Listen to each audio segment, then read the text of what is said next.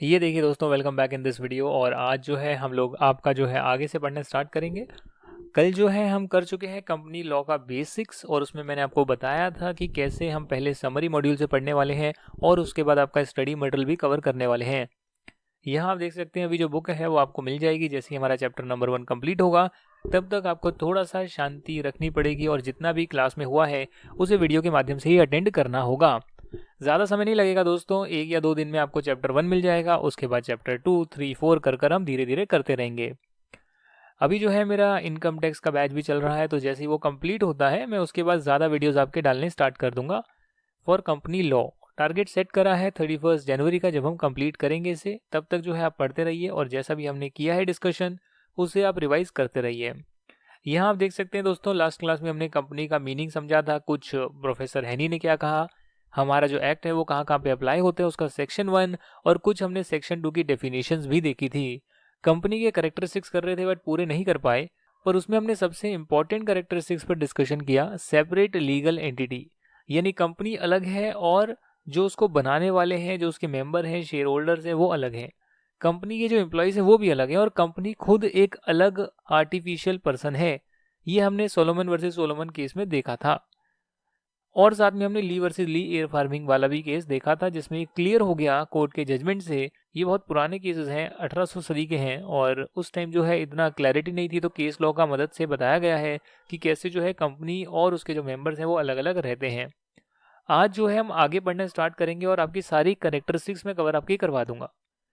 Next class में हम लोग कंप्लीट कर लेंगे आपका चैप्टर 1 और नोट्स आपको प्रोवाइड कर दिए जाएंगे। फिलहाल स्टार्ट करते हैं अपन आज की class. Experience of share holder is counted as experience of a company, ये भी एक कंपनी की करेक्टरिस्टिक होती है। वैसे देखा जाए तो कंपनी सेपरेट पर्सन है और उसके शेयर होल्डर्स जो है वो सेपरेट पर्सन है। पर इसे आप ये समझने की कोशिश करिए कि अगर कोई पुरानी कंपनी 100 साल बाद किसी नई कंपनी में अमालगमेट हो जाती है, तो क्या वो नई कंपनी जो बन रही है वो बिल्कुल न्यू कंपनी मानी जाएगी, या जो पुरानी कंपनी है उसका एक्सपीरियंस भी काउंट किया जाएगा कि भैया ये कंपनी इतनी पुरानी एक्चुअली में है, सिर्फ कन्वर्ट होके नई कंपनी बनी है बट एक्चुअली में 100 साल से एग्जिस्ट कर रही थी। ऐसा ही कुछ केस यहाँ पर आया है, new horizon limited versus union of India. NL limited applied for a tender but was not accepted by the tender evaluation committee on the ground that company had nothing on record to show that it had the technical experience required to qualify for tender। अब जब tender निकलता है तो ऐसे ही सबको नहीं मिलता, उसकी कुछ मिनिमम क्वालिफिकेशन सेट होती है कि आपको जो है 10 साल का एक्सपीरियंस होना चाहिए, 20 साल का होना चाहिए उस रिक्वायर्ड फील्ड में। कंपनी अप्लाई करती है न्यू होराइजन लिमिटेड, बट इसकी जो एप्लीकेशन है वो रिजेक्ट हो जाती है। कारण पूछने पर पता लगता है कि इनके पास रिक्वायर्ड एक्सपीरियंस नहीं है। और मज़े की बात यह है कि जो न्यू होराइजन लिमिटेड है वो एक्चुअली में नई कंपनी नहीं है, उसमें बहुत सारी कंपनियों ने मिलकर एक जॉइंट वेंचर बनाया है। इसीलिए जो है हमारे सुप्रीम कोर्ट बोलते हैं once it is prove that an limited is a joint venture. Joint venture समझते हैं, 2 या 3 लोग जो है, 4 लोग, 5 लोग, ज़्यादा लोग जो है मिलकर एक पर्टिकुलर बिजनेस में पैसा लगाते हैं, एक वेंचर बनाते हैं, एक सेपरेट बिजनेस बनाते हैं, उसे जॉइंट वेंचर बोलते हैं। ये सीए फाउंडेशन में भी इसकी अकाउंटिंग थी। The experience of its various constituents, namely Thomas press India limited, ये एक एंटिटी है। लिविंग मीडिया इंडिया लिमिटेड, ये भी एक कंपनी है। World Media Limited and Integrated Information Private Limited, इन सभी कंपनियों का जॉइंट वेंचर बनकर न्यू होराइजन्स लिमिटेड बना है। देयरफॉर इनका जो एक्सपीरियंस है वो भी आपको कंसीडर करना चाहिए टेंडर इवैल्यूएशन में। सिर्फ ये सुप्रीम कोर्ट ने जजमेंट दिया है। इसका मतलब ये नहीं है कि आपके पास एक्सपीरियंस है तो आप कोर्ट में केस कर ये बोल सकते हो मुझे आप टेंडर दो, ये नहीं बोल सकते आप। ये तो अल्टीमेटली जो टेंडर इवैल्यूएशन कमेटी है उसी पर निर्भर करता है वो किसको टेंडर देना चाहते हैं। पर इस ग्राउंड पर रिजेक्ट नहीं कर सकते कि आपके पास एक्सपीरियंस नहीं है, बिकॉज न्यू होराइजन लिमिटेड जो है कई कंपनियों का जॉइंट वेंचर है और उन कंपनियों का भी एक्सपीरियंस काउंट होगा देखने के लिए कि न्यू होराइजन का एक्चुअली में एक्सपीरियंस है या नहीं है उस पर्टिकुलर फील्ड में जिसके लिए टेंडर निकला है। आगे देखते हैं एक और कंपनी की कैरेक्टरिस्टिक आ रही है लिमिटेड लाइबिलिटी, यानी कि जो कंपनी है, कंपनी जो है उसमें होता क्या है, एक साइड एसेट दूसरी साइड लाइबिलिटी होता है, यही तो होता है। तो मान लेते हैं कि अगर कंपनी जो है बैंकरप्ट हो रही है, उसके एसेट सारे के सारे खराब हो गए, जहां पैसे डाले बर्बाद हो गए, तो क्या कंपनी अपनी लाइबिलिटी अपनी जेब से देगी? The answer is no. यही तो फायदा है। आप अगर इंडिविजुअल कैपेसिटी में कोई सामान खरीदते हैं और पैसे नहीं दे पाते तो आपको कोर्ट जाना पड़ सकता है अगर सामने वाला पार्टी केस कर दे। और उस टाइम जो है वो बोलेंगे आपके जो पर्सनल एसेट्स भी हैं वो भी चाहे आपके पास अगर है तो उसको बेचो, बट आपका जो उधार है वो आप चुकाओ। कंपनी के केस में आप बच सकते हैं, कंपनी खुद बच सकती है भैया, क्योंकि कंपनी के पास खुद का कुछ होता नहीं है। एक हाथ से लेती है, दूसरी साइड देती है, एक साइड लाइबिलिटी एक साइड एसेट, ऐसे कंपनी के अकाउंट्स बनते हैं। दूसरी बात यह है कि जो इसके मेंबर्स होते हैं जो इसमें पैसा लगाते हैं उनकी लाइबिलिटी भी लिमिटेड होती है। यानी कि अगर जो उसके शेयर होल्डर्स हैं जिन्होंने लाख रुपए लगाए, 2 लाख रुपए लगाए, और मान लो कि क्रेडिटर भी 10 लाख रुपए के पड़े हुए हैं, बाहर वालों से उधार लिया हुआ है कंपनी ने, और कंपनी उन क्रेडिटर का पैसा नहीं दे पाती है, उसके एसेट सारे खराब हो जाते हैं, इन्वेंट्री खरीदी बिकी नहीं, सड़ गई, एसेट खरीदे पुराने हो गए, नए खरीदने के पैसे नहीं है, सेल्स हुई नहीं, तो कंपनी की फाइनेंशियल स्ट्रेंथ अगर वीक हो गई, उस केस में कंपनी पैसा नहीं दे पाएगी। और पैसा नहीं दे पाएगी तो 10 लाख वाले क्रेडिटर बोलेंगे भाई हमारा पैसा तुम दो, शेयर होल्डर तुम दो, तो शेयर होल्डर बोलेंगे भैया हमने तो कंपनी में 1 लाख रुपए लगाया है, उतने तक पैसा मिलता है तो ले लो, उससे ज्यादा हम नहीं देंगे। ये फायदा होता है कंपनी बनाने का, अपनी लाइबिलिटी को आप लिमिटेड कर सकते हैं। हालांकि इसकी कुछ एक्सेप्शन भी है। पॉइंट नंबर 1, जो कंपनियां होती है वो कई कई तरीके की होती है। पहली टाइप होती है कंपनी लिमिटेड बाय शेयर्स, जहां पर कंपनी में जो शेयर होल्डर पैसा लगाते हैं बदले में उन्हें शेयर्स मिलते हैं। वहां पर जो मेंबर्स की लाइबिलिटी होती है वो लिमिटेड होती है up to the amount unpaid on shares held by them in a company limited by shares.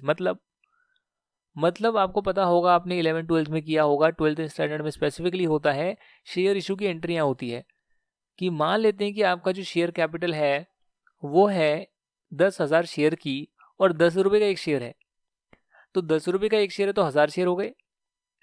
अब वो 10 रुपए का जो एक शेयर है उसमें पूरा अमाउंट या तो कंपनी मंगा सकती है या फिर बोल सकती है सिर्फ 6 रुपया अभी दे दो, 4 रुपए जब जरूरत पड़ेगी तब मांग लेंगे। उस केस में जो 10 रुपए का शेयर है वो 6 रुपए पेड अप हो जाएगा, यानी 4 रुपए अभी भी देने बाकी हैं। तो अगर कंपनी कल को लिक्विडेट होती है तो मेंबर को ज्यादा से ज्यादा वो जो 4 रुपए अनपेड हैं शेयर पर वही देने पड़ेंगे, 6 तो ऑलरेडी दे चुका है, और कंपनी के पास पैसा है नहीं क्रेडिटर को देने के लिए, 4 रुपए जो उसने नहीं दिए शेयर होल्डर ने पर शेयर वो उनसे मंगवा लिए जाएंगे, और उतने तक ही लाइबिलिटी सीमित रहेगी। बाकी क्रेडिटर को बेचारे को बाय बाय करना पड़ेगा, भैया उन्हें कुछ नहीं मिलेगा, ठेंगा मिलेगा। कंपनी जो होती है दोस्तों कई गारंटी वाली भी होती है, कंपनी लिमिटेड बाय गारंटी, उसमें शेयर नहीं होते, बट उनके मेमोरेंडम में लिखा होता है कि अगर कंपनी पर कोई समस्या आ गई और वो वाइंड अप होने वाली हो, यानी खत्म होने वाली हो, एग्जिस्टेंस उसकी खत्म होने वाली हो, उस केस में मेंबर कितना कंट्रीब्यूट करेंगे वो मेमोरेंडम में बात लिखी होती है कि मेंबर की लाइबिलिटी कहां तक लिमिटेड रहेगी, क्योंकि उन्होंने शेयर तो लिए नहीं, ये कंपनी लिमिटेड बाय गारंटी है। तो वहां जो है जितना मेंबर ने एग्री करा है, गारंटी दी है कि अगर कोई दुविधा आती है तो हम इतने अमाउंट जो है, इतनी अमाउंट तक हम कंट्रीब्यूट करेंगे, तो उनकी लाइबिलिटी वहां तक सीमित रहती है। और आखिरी कंपनी का जो कॉन्सेप्ट है, जो मैंने इंडिया में तो नहीं देखा, बाहर जरूर होगा, अनलिमिटेड कंपनी। यहां पर मेंबर्स जो होते हैं वो ज्वाइंटली यानी साथ में, और सेवरली यानी कोई एक मेंबर को भी पकड़ा जा सकता है कि भाई तुम मेरे पैसे दो। ज्वाइंटली मतलब सब मिलकर, सेवरली मतलब किसी एक से भी वसूल किए जा सकते हैं। तो all member jointly and severally liable for all the debts and liabilities of the company. ये अनलिमिटेड लाइबिलिटी कंपनी में होता है, जो इंडिया में मैंने नहीं देखा है, अमेरिका में एग्जिस्ट करती है। वन मैन कंपनी दोस्तों ये कोई कंपनी नहीं है, ये सिर्फ जैसे हमने सोलोमन वर्सेस सोलोमन, ली वर्सेस ली एयर फार्मिंग हमने केसेस देखे, और वहां पर हमने ये पाया कि एक ही बंदे के पास सारे शेयर्स होते हैं, ऑलमोस्ट 1-2 शेयर छोड़ के। उस कंपनी को जो है बोलने के लिए हम वन मैन कंपनी बोल सकते हैं, यानी कि है तो कंपनी बट एक्चुअली में जो है उसको एक ही बंदा उसका करता धरता है। कंपनी की सबसे इंपॉर्टेंट कैरेक्टरिस्टिक है परपेचुअल सक्सेशन।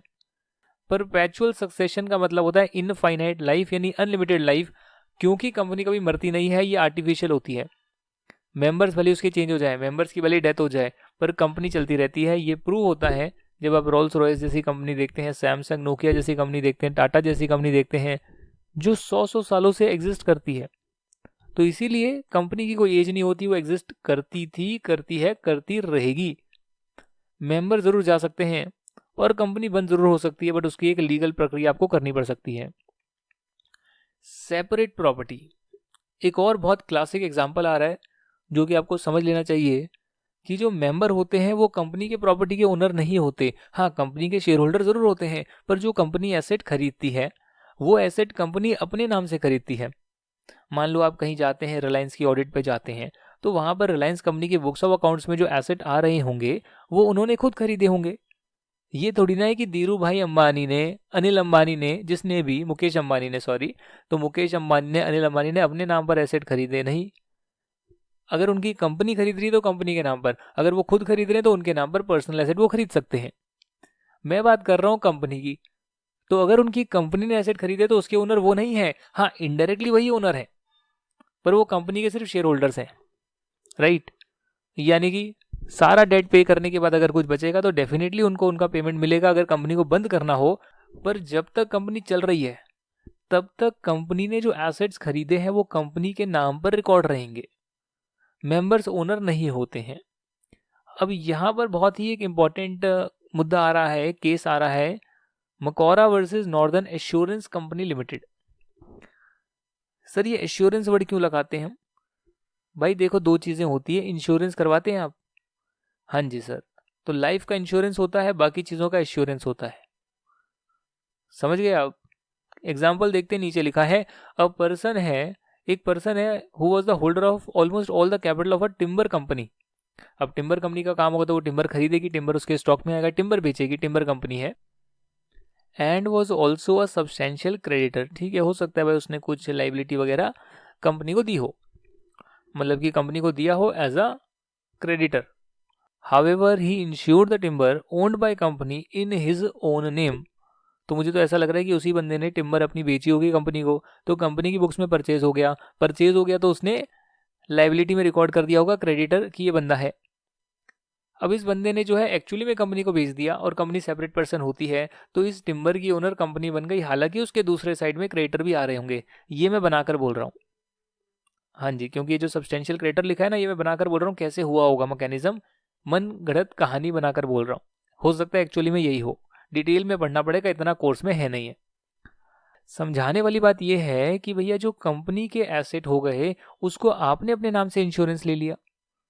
होता यह है कि टिम्बर जो है डिस्ट्रॉय हो जाती है और इंश्योरेंस कंपनी बोलती है भाई देखो, इसका इंश्योरेंस आपने तो लिया है बट आप तो इसके ओनर ही नहीं हो। जिस टिम्बर का आपने ले लिया इंश्योरेंस, उसके ओनर तो आपको होना चाहिए, नहीं होना चाहिए? तो इसलिए इंश्योरेंस कंपनी मना करती है, भैया हम जो है पैसा नहीं देंगे आपको इंश्योरेंस का। कोड भी यही बोलता है कि अगर कंपनी है, जो ओनर है, उसने अगर इंश्योरेंस लिया होता, कल को फायर से डिस्ट्रॉय होता तो कंपनी इंश्योरेंस क्लेम कर सकती थी। पर अगर आप कंपनी के एसेट को इंश्योर कर लेते हैं अपने नाम से तो वो बिल्कुल भी नहीं चलेगा सर। इंश्योरेंस कंपनी क्या कोई भी उसे इंटरटेन नहीं करेगा, because now you are not the legal owner. ये बात समझाने के लिए बताई गई है। जो कंपनी होती है दोस्तों, उसके शेयर जो है डिवाइडेड रहते हैं।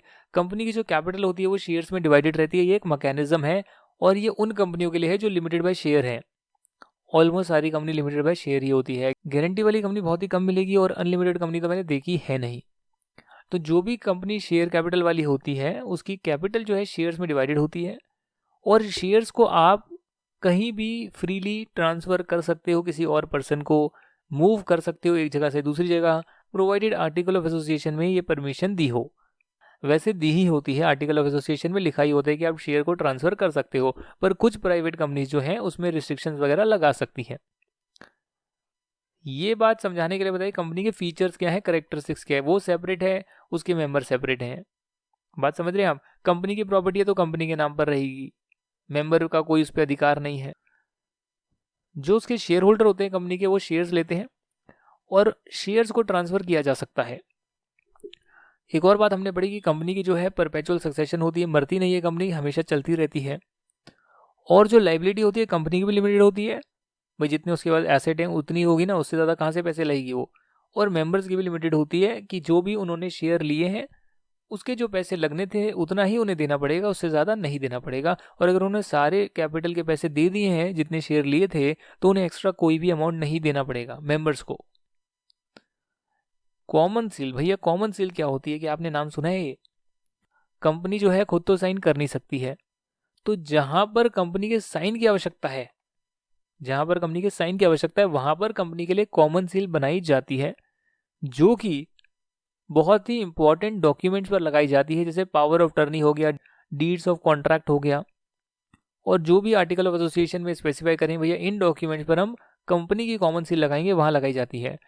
एक बात आप और ध्यान रखिए कि वैसे तो कंपनी बहुत सारे जो कॉन्ट्रैक्ट होते हैं उस पर उसके डायरेक्टर के साइन होते हैं, बट कुछ ऐसे डॉक्यूमेंट होते हैं जहाँ पर कंपनी के साइन चाहिए होते हैं, तो वहाँ पर उसकी कॉमन सील का प्रयोग किया जाता है, जो आपको देखने एक्चुअली में बहुत कम मिलने वाली है। Capacity to sue and be sued, ये तो आपको पता ही होगा, क्योंकि कंपनी सेपरेट पर्सन है, एक बॉडी कॉर्पोरेट भी है।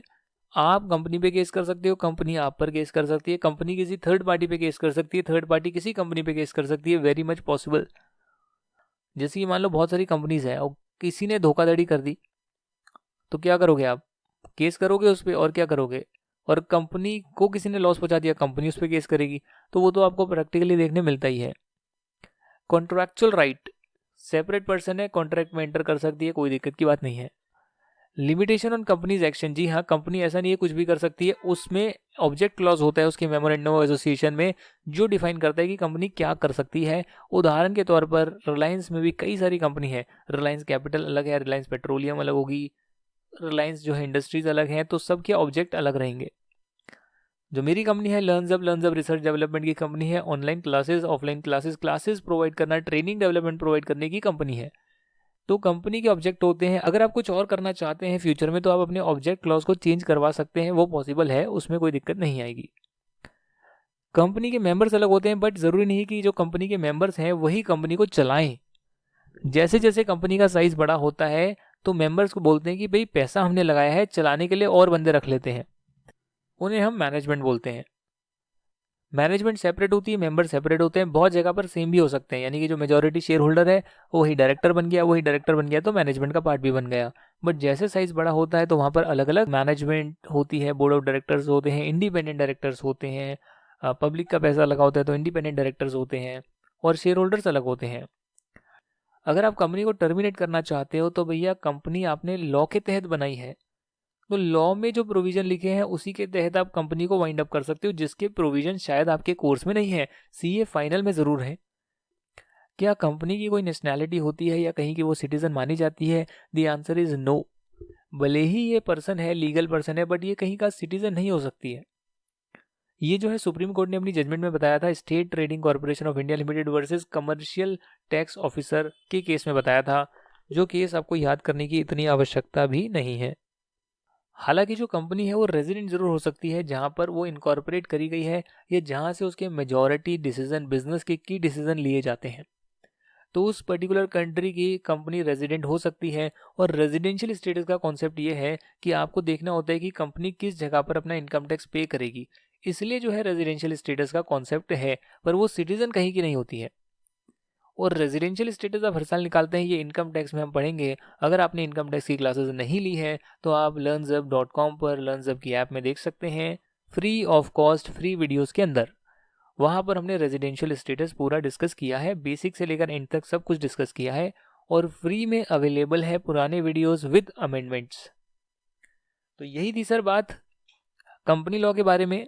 हमने डिस्कस करा कंपनी का बेसिक, और करीब करीब आप देख सकते हैं आपके 6 पेज डिस्कस हो गए हैं। साथ में कंपनी की करेक्टरिस्टिक्स हमने डिस्कस करी, जो जनरली बीकॉम में पूछी जाती है, या ओल्ड वाले जो स्टूडेंट्स होंगे वहाँ भी पूछी जा सकती है। नेक्स्ट जो आपका क्लास होने वाला है उसमें हम बात करेंगे कि क्या जो मेंबर्स होते हैं वो हमेशा ये बोलेंगे कि भैया कंपनी अलग है हम अलग हैं, और कंपनी के नाम पे फ्रॉड करेंगे तो क्या काम चलेगा क्या? क्योंकि जब बंदा जाएगा केस करने तो बोलेगा भाई मेंबर पे तो मैं केस ही नहीं कर सकता, क्योंकि कंपनी अलग है और कंपनी के साथ मेरा कॉन्ट्रैक्ट हुआ है, तो मैं कंपनी पे केस कर सकता हूँ। तो यानी कि कंपनी को तो जेल भेज नहीं सकते, और आप कंपनी के आड़ में जो है कितना भी फ्रॉड करेंगे। यानी कि कुछ ऐसी सिचुएशन हो सकती है जहां पर भले ही कंपनी सेपरेट पर्सन क्यों ना हो, आप सेपरेट पर्सन क्यों ना हो, बट जहां पर ऐसा लगेगा, कोई केसेस वगैरह ऐसे आएंगे कि आपको इस कॉर्पोरेट वेल को, यानी जो पर्दा लगा हुआ है कंपनी और आपके बीच में एक दीवार खड़ी हुई है, उसे हटाना पड़ेगा, और जो उसके एक्चुअल मेंबर हैं, जो एक्चुअल शेयर होल्डर हैं, जो एक्चुअल करता धरता है, फ्रॉड जिसने किया है, उसे पकड़ना पड़ेगा। वो कौन से केसेस होते हैं वो हम करेंगे, और आपका चैप्टर 1 कंप्लीट हो जाएगा, और फिर मैं आपको इसके दूंगा नोट्स, और साथ में आपका होगा एमसीक्यू टेस्ट। ये बेसिक सभी लोगों को आना चाहिए, चाहे वो सीए फाइनल में हो, आईपीसीसी में हो, बीकॉम में हो, ग्रेजुएशन कर रहे हो, कुछ भी कर रहे हो, इतना सा बेसिक पता होना चाहिए कंपनी के बारे में। नेक्स्ट जो पार्ट है वो भी सबको आएगा तो बहुत अच्छा रहेगा, क्योंकि इनकॉर्पोरेशन वगैरह जो है कंपनी की कैसे करवाते हैं वो भी सब लोगों को पता होनी चाहिए। प्राइवेट लिमिटेड क्या होती है, पब्लिक लिमिटेड कंपनी क्या होती है, अलग अलग टाइप की कंपनीज क्या होती है, इनकॉर्पोरेट कैसे कराते हैं, उतनी जानकारी भी आपको होनी चाहिए। अगर आपको इतना भी कंपनी के बारे में पता है तो फिर आपको ज़्यादा चीज़ें पढ़ने की आवश्यकता नहीं पड़ेगी, क्योंकि इस कंपनी लॉ में ज़्यादा कुछ है भी नहीं। मतलब कंपनी की जो शेयर कैपिटल होती है, उस शेयर कैपिटल के जुड़े हुए जो प्रोविजंस हैं, या आप कहीं से डिवेंचर लेते हैं उससे जुड़े हुए प्रोविजन है, उसका एक चैप्टर बना दिया। आप जब लोन लेते हैं तो आप अपने एसेट को है गिरवी रखते हैं, तो चार्ज क्रिएट होता है, उसका एक चैप्टर बना दिया, रजिस्ट्रेशन ऑफ चार्जेस। कंपनी की जो मैनेजमेंट है कैसे वर्किंग होगी, कैसे मीटिंग कंडक्ट होगी, मेंबर्स की मीटिंग, बोर्ड ऑफ डायरेक्टर्स की मीटिंग, उसके लिए अलग चैप्टर बना दिया। और जहां तक मुझे पता है बोर्ड ऑफ डायरेक्टर्स की मीटिंग वाले ज़्यादा प्रोविजन आपके है भी नहीं, वो ये फाइनल में है।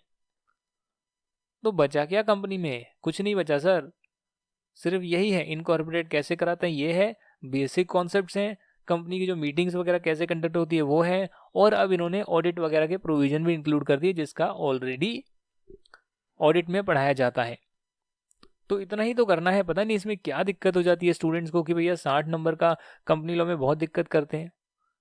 कॉन्सेप्ट को समझो सर, आपके एमसीक्यू बेस्ड क्वेश्चन आते हैं, आगे केस स्टडी बेस्ड आएंगे एमसीक्यू क्वेश्चंस, तो आपको एक एक कॉन्सेप्ट पता होना चाहिए, भले आप रट्टाफिकेशन ना करें। मिलेंगे अगली क्लास में, चैप्टर 1 कंप्लीट करेंगे, नोट साथ में दूंगा, साथ ही में एमसीक्यू टेस्ट भी लूंगा आपका, और उसके बाद जो है हम नेक्स्ट चैप्टर पर बिगिन करेंगे, जो कि एक्चुअली में आपके स्टडी मटेरियल का पार्ट है। Thank you very much and bye bye.